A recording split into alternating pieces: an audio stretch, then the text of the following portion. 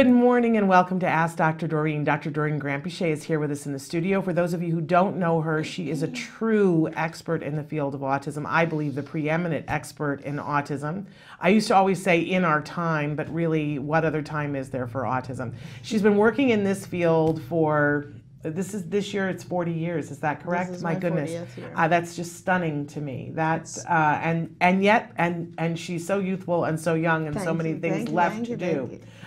So we're thrilled that she's here. I want to remind all of you that she has been treating autism in a plethora of folks of all different age ranges, all different skill abilities for that period of time, everything from very small children up through senior citizens. And so it's a thrill to have her here answering your questions. But I do need to remind you that there is no expert in any field that could give individual specific advice in this format, right? So when you write in, be as specific as you can, and she will give you information of a general nature that is not meant to be specifically about that person. You do have to, I mean, it's a matter of respect too, for that person to be seen by someone in person to get a bigger idea of the scope. But my goodness, she enlightens us every week and gives us information that we can take to our experts and get more done in less time, which is a fabulous thing. I hope so. Thank you very much, Shannon. Yeah, that's our disclaimer, because I would hate to give you advice that doesn't really pertain to the question or the individual you're asking about, but we'll do our best to give you some general guidance. Absolutely. And so I'm going to jump right in here with a question.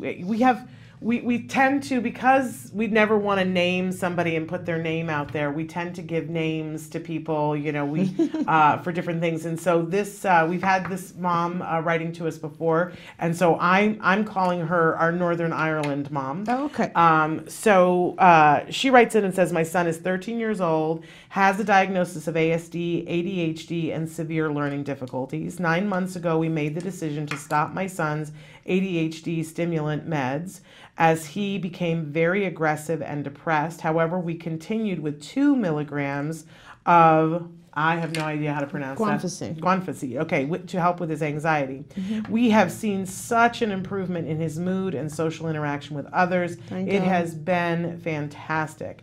However, school says that he can be quite zoned out and will swing his head at times, but at home we see the opposite. A lot of movement, for example, tapping his feet, hands, and head.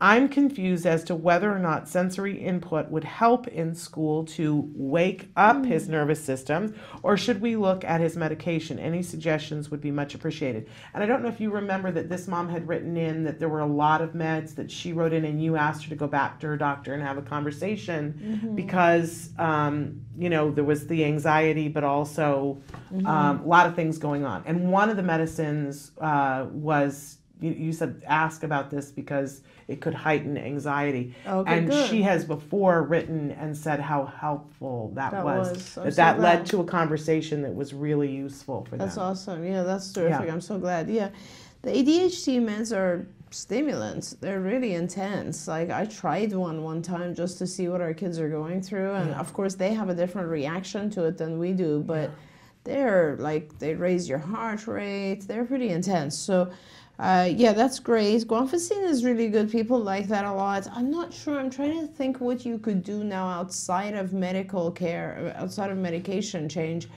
to help improve his attention. Have they tried all sorts of other things? Like, I know that he's a little bit physically active right now. Of course, you could also talk to the doctor and they could increase the guanfacine, or you know, add some other type of like Abilify or Seroquel or something to try to calm him down a little bit. And that might be the way to go. You should certainly speak with your physician about that possibility. But they could also, for attention and stuff, like, have they tried all the things like placing him in the front, making sure there are no distractions around him, giving him plenty of physical breaks, like actual breaks, so that he gets to like go out and run around or whatever, get it out of his system and then come back, you know, so shortening the period of instruction. Those types of things are kind of what I'm thinking about right now. I can't think of anything else that you could really do for getting him to pay better attention You know, break everything down, make it as simple as possible, give him lots of breaks, lots of reinforcers. And then, yeah, you can still play with the medication, and don't worry. These types of meds, the meds that they're now going into with regards to reducing his physical activity, are not ADHD meds. They're not going to be you're not going to be dealing with anything that's going to cause him anxiety again. Okay. I'm wondering, because recently I had a conversation with my son that there's one class in particular that he has where he's having a little bit of trouble because the teacher gives a lot of anecdotal information, and he's having trouble because he says that's not, you know, it's not pertinent to what the class is and it doesn't help me. And so I said to him, you know, you've got to appear that you're there and you have to be available for new information. So I taught him some techniques for note taking that would help him to be able to stay focused enough to be in the classroom, but keep him occupied. Right. But I wonder, is that something can we give things like a fidget or something to a 9-year-old, or will that just make them zone out more? I don't know enough about this child. Okay. He's 13. I don't know about his level. I was thinking he was 9, so he's 13. He's 13. Yes. I don't know about his level of functioning. I don't know if he can actually, you know, figure out what are the important things. I don't know if he can write notes. I don't know what level of instruction. We don't know enough about it, but he has severe learning difficulties. So I would think that, you know, you need to really reduce the complexity and the duration, or the, you know, the length of instruction. Really make it shorter, kind of like what we do. Okay. You know, and what we do is we're in the child's face. There's very little distraction. There's little noise distraction. There's little, you know, in a classroom, there's a ton of things that are distracting, right? Other kids, noise level, where he sits. I mean, we had a child who was doing horrible just because we found out it was because the girl in front of him had a ponytail, right? And so it's kind of like, those types of things are completely distracting to our kids. So is he in the front? Can they break it up for him? I don't know how he would respond to. I'm worried that if we give him something, it might distract him completely. Yeah, take him completely out. Valid point. Yeah, so those types of things. But there are, you know, if he's doing really well with guanfacine, then you should maybe discuss, there are a whole class of what we call antipsychotics. I don't like that term, but there's a whole bunch of medications that are pretty good for keeping our kids who are just a little jittery or just kind of that, you know, distracted, and they're physically distracted and all that sort of stuff. There are lots of really good meds for that now. Seroquel, Abilify are two that I like. You should really talk to your physician and see what they suggest. All right, fabulous. And write us back. Let us know more, okay? Also, a question that came in on Facebook that I wanted to make sure that we addressed from a young adult. He wants to know what resources would be available for someone who is an adult, not diagnosed as being on the spectrum, but has a lot of the same mannerisms and traits as someone on the spectrum. For instance, how would one be diagnosed as an adult, and what places would be able to do that? It sucks seeing videos of people who are diagnosed talking in a way similar to the way that I talk, giving gestures with their hands that I give, but knowing that I was possibly not diagnosed because my mother didn't care and didn't give me any support, or because I was such a high-functioning individual that testing for my form of it wasn't as up-to-date as it is now. Very smart. You're a very, very smart person, you are. Not too many people would actually realize that, you know, this is an adult. So when you were a child, I guess it was sort of this huge ocean of individuals coming into, it's like a massive flood of people coming in. And I assume you're a young adult because there are not that many older adults, you know. So when we're looking at, let's say 20 years ago, diagnostic issues were very different. It wasn't so much about diagnosing the higher functioning folks as it was, there were just so many kids coming in with severe forms of autism that all the attention on diagnostics was on them. it was a flood, you know, of young people coming in. So I would say now with the new diagnostic criteria that allows us to kind of diagnose based on severity, you know, in the old days, like before 2003, you may have possibly been classified as either Asperger's or pervasive developmental disorder, not otherwise specified. Now, the criteria are pretty much the same. There is no other sort of milder form. It's the same, but you can have a severity of 1, 2, or 3, 3 being the most severe and 1 being the least severe. So where would you go? You would go to a diagnostic center. You're in the US, I assume, and if you're in the US, any psychologist would be able to do this for you.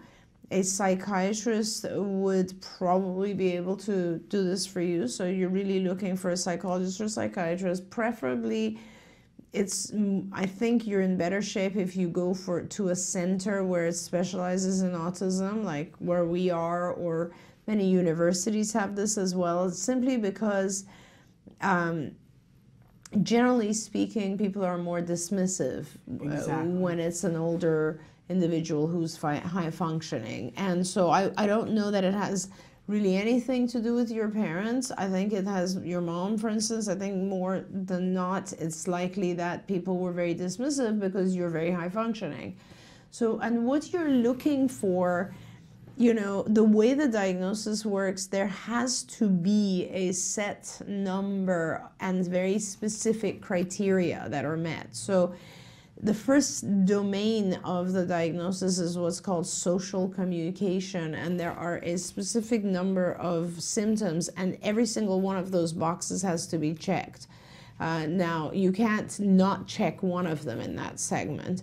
In the second section, there's several symptoms. This has now to do with the second kind of domain that we look at, which is called stereotypic or repetitive sensory-based types behaviors, and you have to have like one at least in that area. So you kind of, it's a little bit different, but it's based on a series of symptoms. Look it up. Look up DSM-5, autism spectrum disorder, and it'll come up. You can find it. It's online.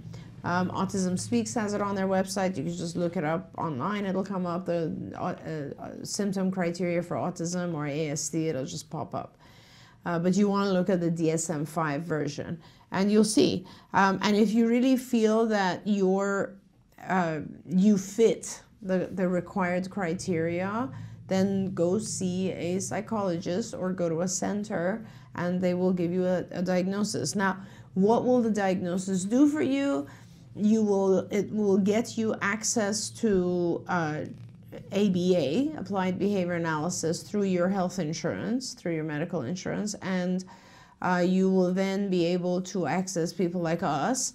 And what we do, of course, I would love to work with you. I don't know where you are, but we do have a whole program for very, very advanced, high-functioning adults.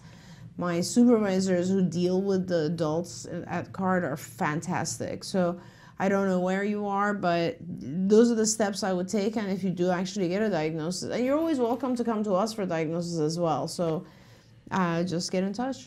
And he has written in while you were talking and said that he has tried living by himself, but yesterday at the doctor, they said that they want to put him in assisted living. And he says, I failed at living by myself.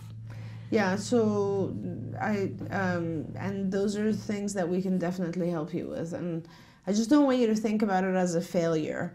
You know, we go through a lot of things in life, and if we didn't try them and didn't fail at them, we wouldn't learn. So please don't look at it as I failed at something. You need some additional tools, and I'm pretty sure we can give you those tools.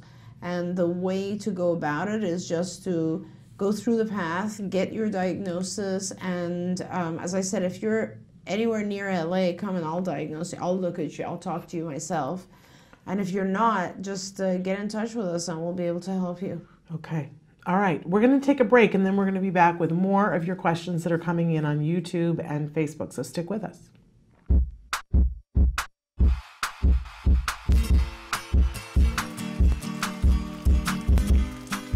Hi everyone, welcome back. For the month of March, we're going to be making a rain stick. And what's really cool about this project is that the steps are pretty simple, so your kids are going to be able to practice a lot of their fine motor skills when making it. Another bonus is that once the rain stick is completed, you guys can use it for a bunch of different programs under cognition and executive functions. Things that deals with, seeing versus hearing, or using it also for auditory memory. But we'll get to that later. First, we gotta make the rain stick. So, the materials you'll be needing are a paper towel roll, tape, paper, aluminum foil, rice, and any kind of materials you want to use to decorate your rain stick with. All right, let's get to it. So the first thing you want to do is get a piece of tin foil that's about double the length as your paper towel roll. So I got this, and now what I'm going to do is I'm going to roll it up like so, and I'm going to wrap my paper towel roll with it. Okay, and don't worry if it's too messy, okay? This is to give us a basic shape. Now once I've got this, I'm gonna make it a little bit tighter, and I'm gonna roll it and stick it inside of my paper towel roll. I wanna make sure that it goes all the way through the paper towel roll, and what this does, it acts like a buffer so the rice will go down slowly through the tube.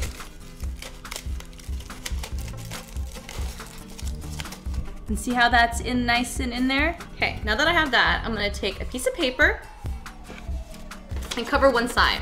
And I'm gonna take a piece of tape and secure it over the bottom. All right, now that I've got this on, I'm gonna take my rice and pour it in. All right, now that I got the rice in there, I'm gonna seal the other side.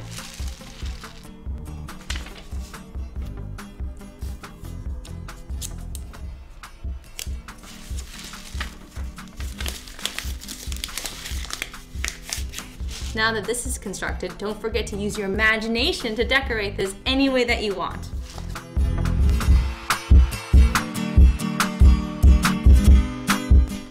And here's my finished rain stick. Don't forget you can decorate yours however you see fit. I decided to use tape and pipe cleaners, but you could always paint it, add sparkles, just whatever you feel like doing. Now that this is done, let's take a listen to it.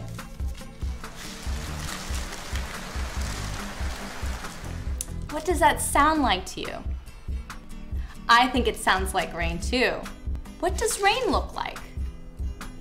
Ah, that is what rain looks like. You can ask them a whole bunch of different questions using this after it's already been made. Well, until next time, craft on. Bye guys. Can you see me? Can you see me flying by your side? Welcome back to Autism Live and to Ask Dr. Doreen. Dr. Doreen Granpeesheh is here with us, and she is answering your questions. We had a question that came in on YouTube this morning that says, what is intense ABA? Is it different from ABA? And how do parents know that kids are in good hands? Like which agency to go to? It's a great question. It's a great question, and there's so much confusion around it these days. We forget about that. It's crazy. So ABA is, so intense ABA is sort of a type of ABA, I guess. So ABA is all the different techniques that come together to change behavior. And there's different types of ABA. So there's, for instance, discrete trial training, natural environment training, there's pivotal response training, there's NET, there's fluency, there's a whole bunch. And then there are other types of interventions that are not ABA. So those are things like, for instance, RDI or the Denver model, or there's a whole bunch of other stuff that's not ABA. ABA, all of those that I named that are within ABA are all kind of fall on the premise of modifying antecedents and consequences in order to change behavior. And that, as long as you have that criteria met, you kind of classify as ABA. And what that means is you look at everything as just a behavior, and I either want to reduce this behavior or increase this behavior. And the way to do it is I will change the things that happened before it or the things that happen after it. It's really as simple as that. And those two changes will influence the behavior by making it more or less. And that's all ABA does. Now, you know, to make it more real, I guess I'll describe, like, so when we look at children with autism, and ABA, by the way, works with all different behaviors, not just in autism, obviously. It works with increasing employee attention to work. It works on so many different things. So Olympic athletes, I always say Olympic athletes use it in training. You know, they use it in nursing homes. That's right. You know, all over the place, everywhere. It's the most effective way of teaching. Absolutely.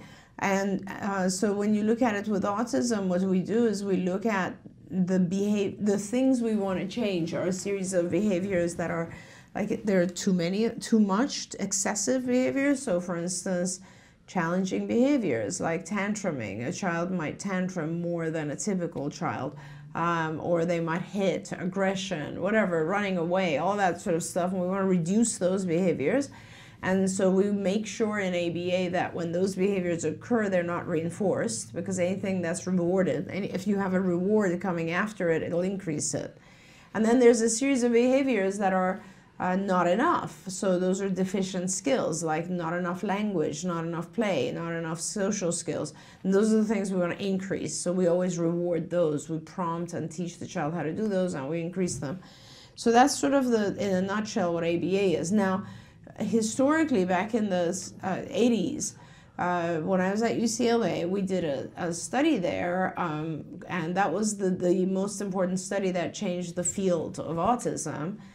It's funny because I lived through that study and I never realized how important this is, you know. But back then, what we did is we took a bunch of children and we actually did a lot of intensive work with them. So an intensive means 40 hours a week of ABA. That style of ABA that we did at UCLA, which was all discrete trial, by the way, and back then. And so DTT, it's also referred to. So we did a lot of that, and we did it for about 2.5 years. And then there were other groups of kids who did less of that, like 10 hours a week, and there was another group of kids that did other interventions. And so what we did is we kind of contrasted after about 2.5 years, and we saw that, our group of kids, half of them were now testing normal tests on IQ. So their IQ had changed, their intelligence had changed. They had picked up all these concepts and learned a massive amount, and they were also in regular education and doing great without help. So that was like the biggest study that showed that individuals with autism can actually learn.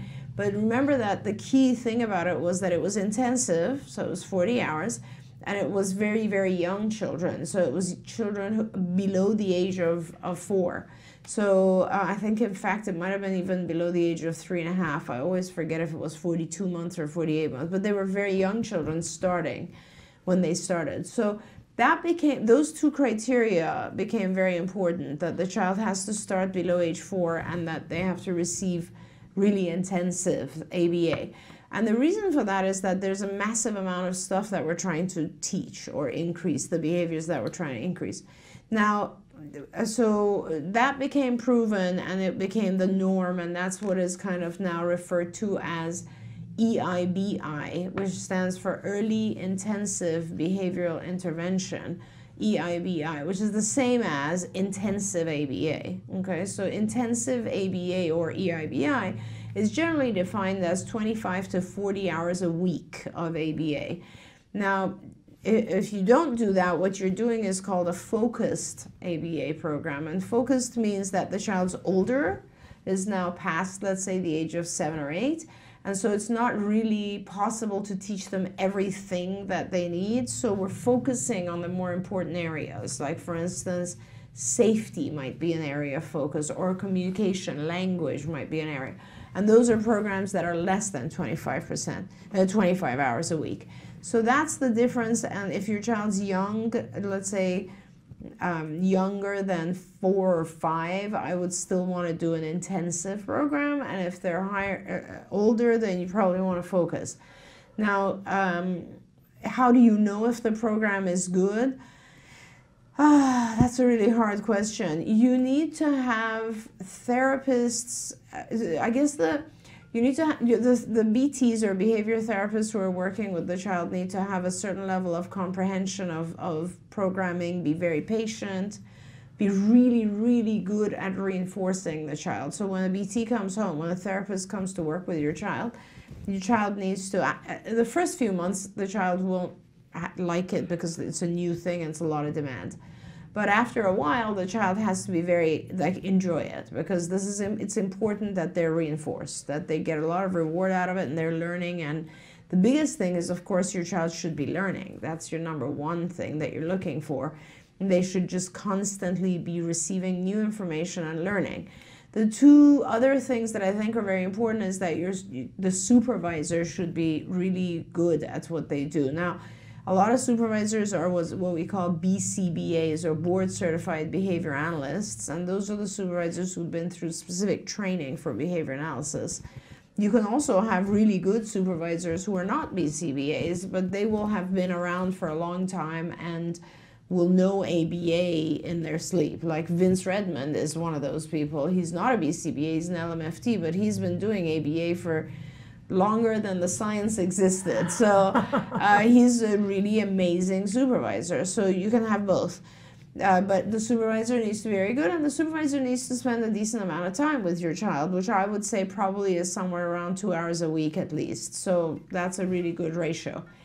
Then the last thing is that a good program should be followed. So you're not really just looking at basic skills, like you need to be teaching an array of things. And for us, with all of our kids, we have a pretty, I guess, varied and comprehensive program. So we will teach anything from basic motor skills.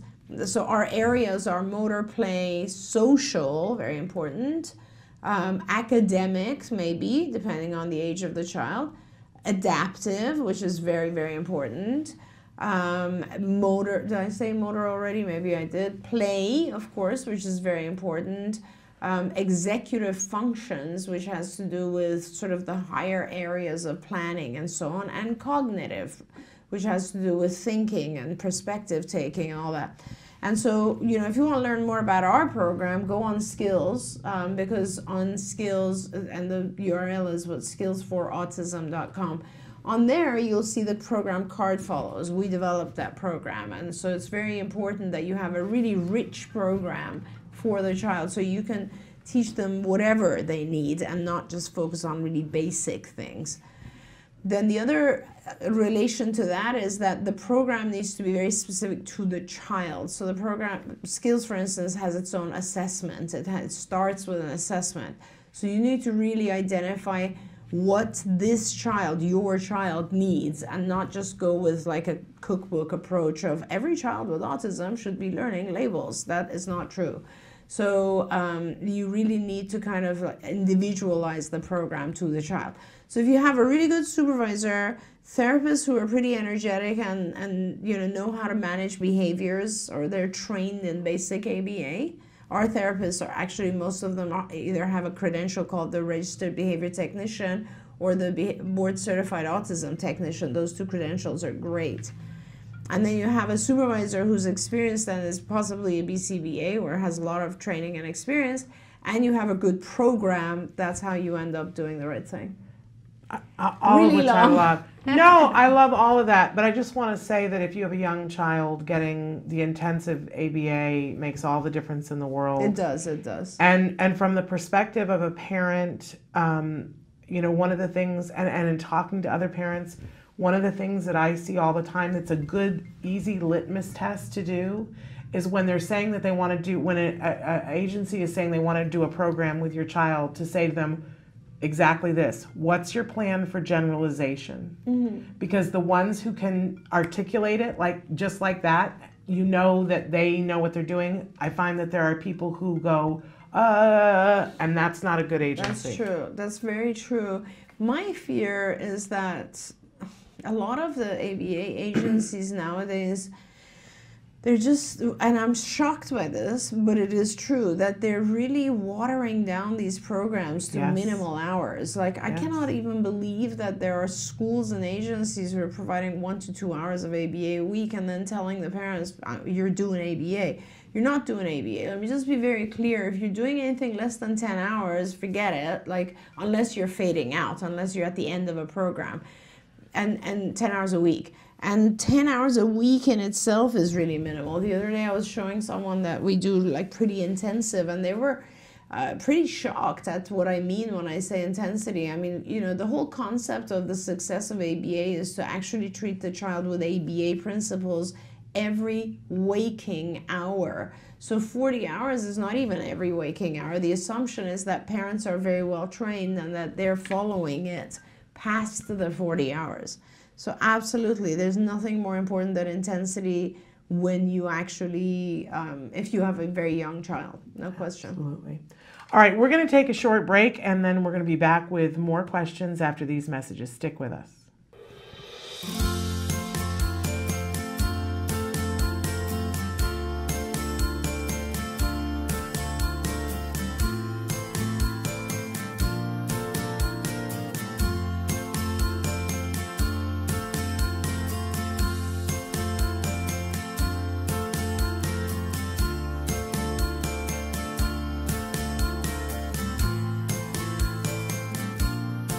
Inclusion is everything. Feeling like we have a place where we belong, and when I say we, I'm first and foremost a mother of a child on the spectrum and not, and gym owner and now founder of carrying this to families who need it as well. My son is extremely hyperactive. Getting him to calm down is a very difficult task. So the idea of Rock the Spectrum Gym, where he could just go and run and play and do all these fun things without any kind of worries and just go, go, go and bring down that energy, it helps us so much at home. You know, in the home or at school, it's not acceptable, but this is the one place it is acceptable for the child to kind of be themselves and get it all out there and just really just be themselves. It's an amazing place where my son could go and be himself. You get to meet other parents who are in the same journey as you are. I think the most popular aspect of it is how they include all children of all types, not just only learning disabled, lower functioning, moderate functioning, high functioning, and non-disabled.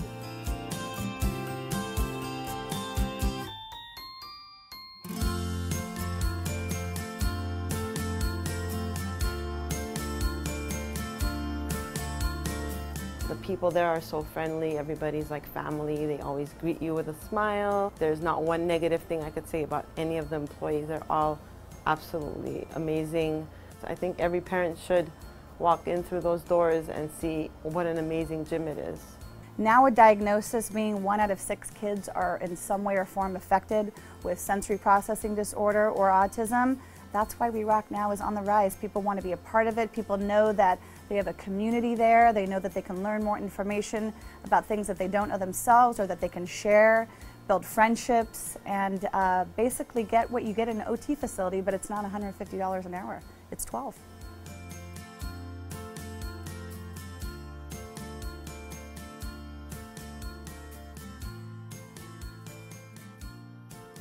Welcome back to Autism Live and to Ask Dr. Doreen. We're here with Dr. Doreen Granpeesheh, and she is answering your questions in real time. We had a question that came in on Facebook.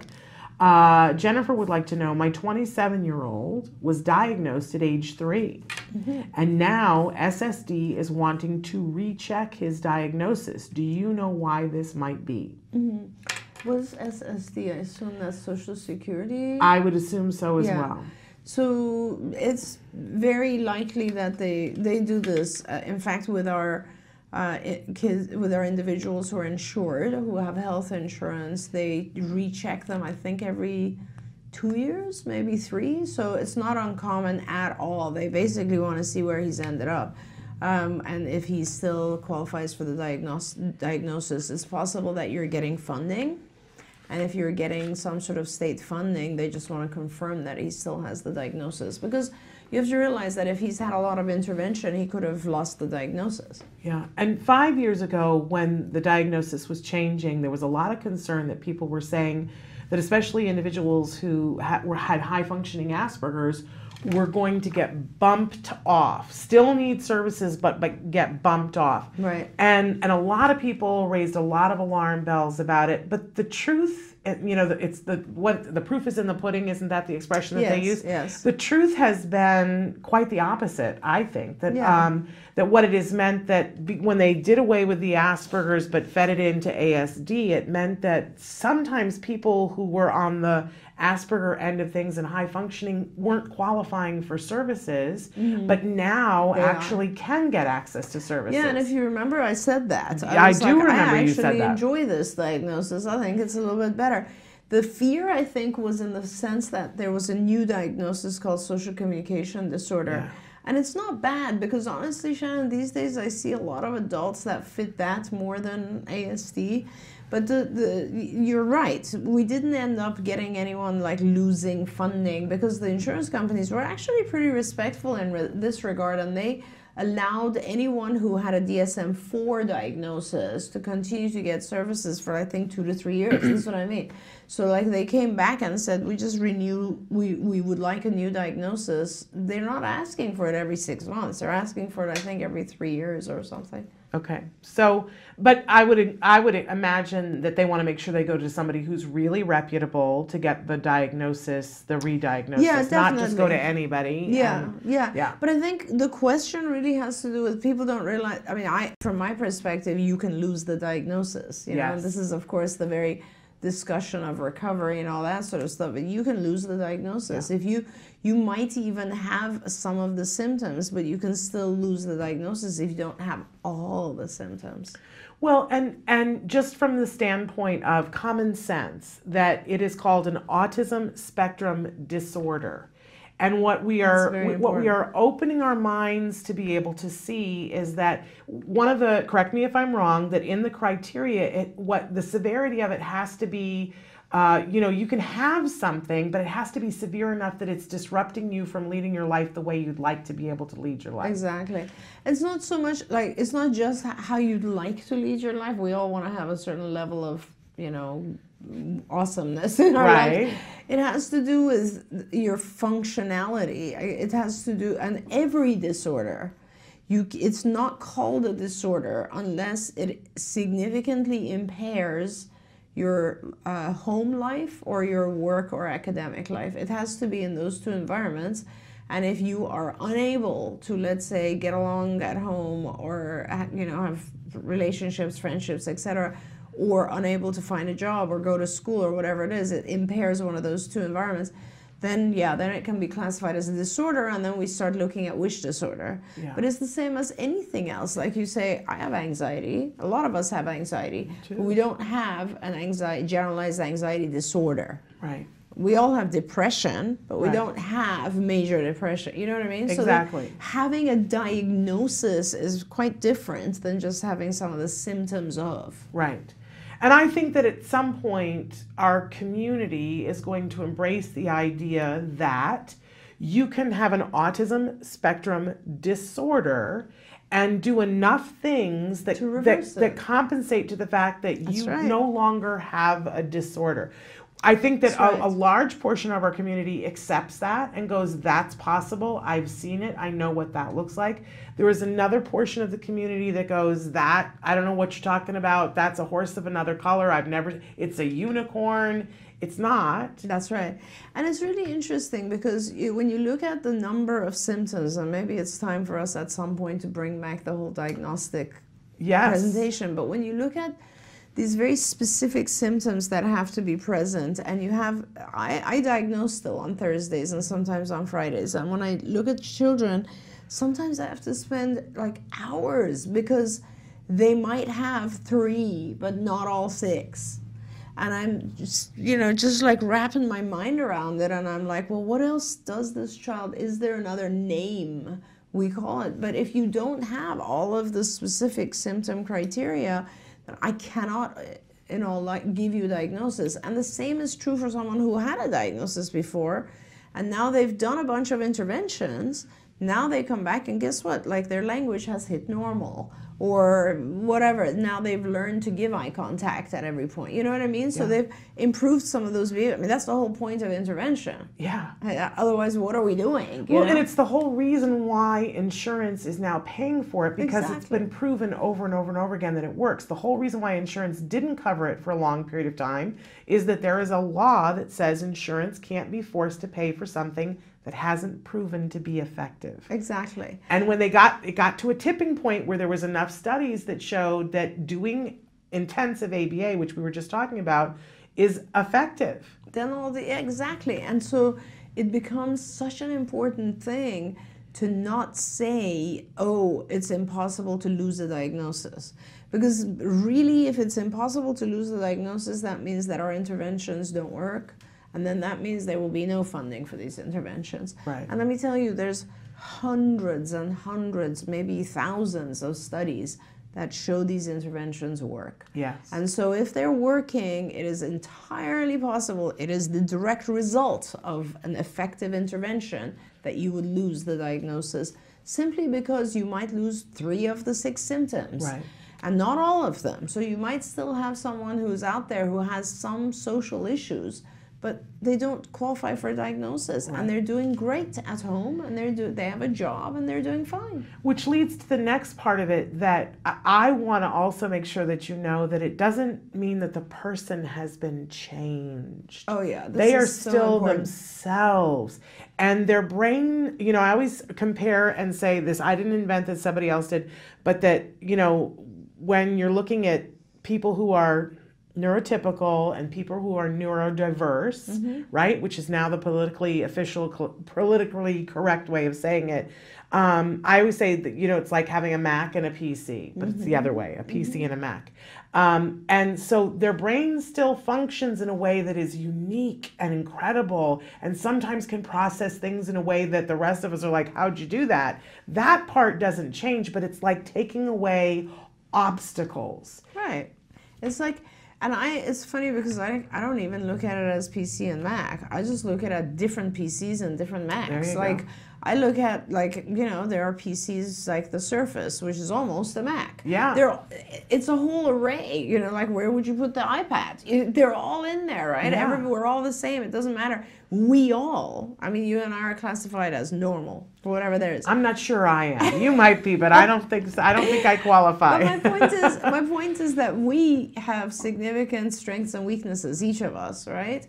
And we, as long as we can get along in life and keep going, we're fine. Yeah. So, you know, if it was a different universe, I'm sure that some of us would have a hard time getting along as well or moving forward, and some of our kids on the spectrum would probably have an easier time. So, but it is this universe, and all we're trying to do is like teach our folks who come to us how to get along and have a better life in this universe. Yeah, taking those. I always picture, you know, when runners do the hurdles and they have all those hurdles and some of them hit them and knock them down. I always pictured ABA as me sneaking out onto the court with the team and pulling one of the hurdles out of the way. Just okay, making we got that them an inch shorter, and then pulling the next one out, and so that he's got a clear path to run. That was always the way I looked at that. That's exactly right. Okay, Pearl wants to know, how can I teach my son to make sentences out of sight words, or should I teach him to make sentences from nouns first? We are currently working on his comprehension. He is finding it difficult to comprehend. He does more of rote learning. He's good with a noun plus a verb. And she says, I appreciate all the great work you're doing for the kids, and God bless you. Thank you. I'm just taking a lot of notes. Yes. You want me to read through it again? Yeah. How can I teach my son to make sentences out of sight words? I think I got it. He has a problem with reading comprehension or listening comprehension? Well, she doesn't say. Pearl, what is it? Is it reading or is it listening? And then we'll see. Yeah, so there's a whole, so first let's separate the two issues here, because comprehension is a very, very different thing than sentences. And I think she said, how do I teach them to speak in sentences or form sentences? What did she say? To make sentences from yeah. So, you know, I just need to have a conversation with you, because I don't know if you mean to vocalize in sentences or to actually have visual sentences laid out. I mean, if you give him a noun and a verb, and the way we do, one of the things we do for our kids when we're teaching them grammar, which is very different than sentences, by the way, is that we will put the grammatical content, like we'll say, you need a noun, and here's a bunch of nouns.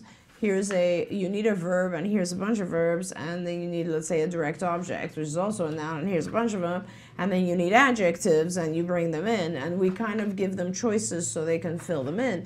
But I think what you're saying is, how do you just build his language? And if you're asking about building language, we always start with the label, and then we will start with very basic sentences that become that you can interchange the object in. So for instance, I want, or it is. And I want becomes kind of a standard, and then the objects change. So I want whatever, you know, I want running, mom, juice, whatever. It could be an object, an activity, whatever it is, and all those are taught first. Or it is, which is a label. And so like then it could be anything, and it could be pictures of people. It is running, it is jumping, it is table, it is chair, it is whatever it is. I have some more information that may or may not be helpful. Sure. He's 6, high-functioning hyperlexia. Okay, so he's hyperlexic. And they're working on interverbals. And they have skills. Yeah, so if you are working on interverbals, then you just start building out sentences and have them read them. If he's hyperlexic, I would really be having him read the sentences and match them to pictures. That's probably going to help him with comprehension, because he's hyperlexic, he's going to be able to read really fast, but still go step by step in making them more and more difficult. And also, comprehension is still a different issue. And you really need to go very slow on comprehension, and it has a lot to do with, if he reads something, have him match it to a picture. If he reads something, have him do it, act it out, so that you are starting to increase comprehension. When you have just a word that he reads, have him make sure he identifies the object that he's reading about. If he's doing sentences now, it is car, make sure that he reads that and gives you the car. Or it is green car, make sure you have 2 cars out there. I mean, there's like, I'm summarizing what would probably be 10 steps, maybe 15 steps. So I really think you should just, you know, if you're on skills, follow through. And it sounds like you're doing pretty well. So I would really recommend that you get a little bit of supervision from us, so that you can get on the phone with a supervisor who can see his entire program and see his responding and guide you as to the next lesson. And we offer that. So you should probably try to get one of our telehealth supervisors to help you with that. I think Skills also offers that. I'm not sure. But I really think you need someone to actually like oversee the program for you. Yeah. I see a lot of times there is this leap that they don't make it at school, where people teach sight words and they don't know how to get to that being conversational. Well, that's a huge number of steps, though. It is. And that's why, like I'm saying, it's not like, it's not one, you know, getting to, it's one thing to say, I want an object, or it is an object, and to have 50 of those, which is a sentence, by the way. And and then to add adjectives and maybe make it more descriptive. But it is a completely different thing to talk about conversation. Yes. Because conversation that involves like actually being able to listen to someone, understand their thing, take turns, you know, give the appropriate eye contact, give the appropriate usage of language based on who the person is and what the environment is, and be able to repair the, I mean, there's like 60 other factors there. Yeah, but I'm pretty sure, isn't there, I'm almost positive there's a whole bunch of programs in Skills, but I think there is a lesson in IBT that's for building language. Maybe, I don't know. I'm pretty sure that there is, because I see that this is a question that comes in a lot of different times, and parents that are frustrated that have kids that are in their late teens that are a little bit more impacted, that they're so frustrated because at school they've taught them the sight words, but that their kids can't string it together. And it's frustrating for me because I know that the tools are there. Oh, yeah. But a lot of times I think that the speech teachers and the parents need more support. So I love the idea of getting some phone support, either through card telehealth or through skills, to be able to really put those lessons into use. Absolutely. Would be amazing. Absolutely. Okay, couple of more questions here. So I don't know, I'm going to put you on the spot here. Sure. Cassidy has written in and said that she wants to know if you watch The Good Doctor. I don't. Okay. I barely ever watch TV. And I was going to say, I know that you're busy enough too. But I always watch the news, but that's about all I can do right now. Well, and it would be fun for you to watch The Good Doctor at some point. And Cassidy, I want to thank you because I was out of town and didn't get to go to the Paley Fest with the people from The Good Doctor was there. And I knew that Kobe Bird was going to be there. And Kobe Bird is he's the 15-year-old that we've had here on the show. He was part of the telethon that we did, and Kobe is amazing, and he was hired as an actor on the show. So he was the first autism actor on the show, playing with somebody. Awesome. And so I knew that he was going to the Paley Fest, and they recognized him from the stage. But Cassidy, I didn't know that until you wrote in and said that on Facebook, and so I knew it from you first. So I want to thank you for that. And then his mom posted it, and they did a really nice thing from the stage and had Kobe stand up and talked about how amazing he had been on the set. Amazing. And it was a lovely, lovely moment. So yes, Cassidy, I was over the moon when I heard that they had recognized him from you. And then I was over the moon when I got to see it. It just made me want to weep. And it's really thrilling that more and more actors that are on the autism spectrum are getting opportunities.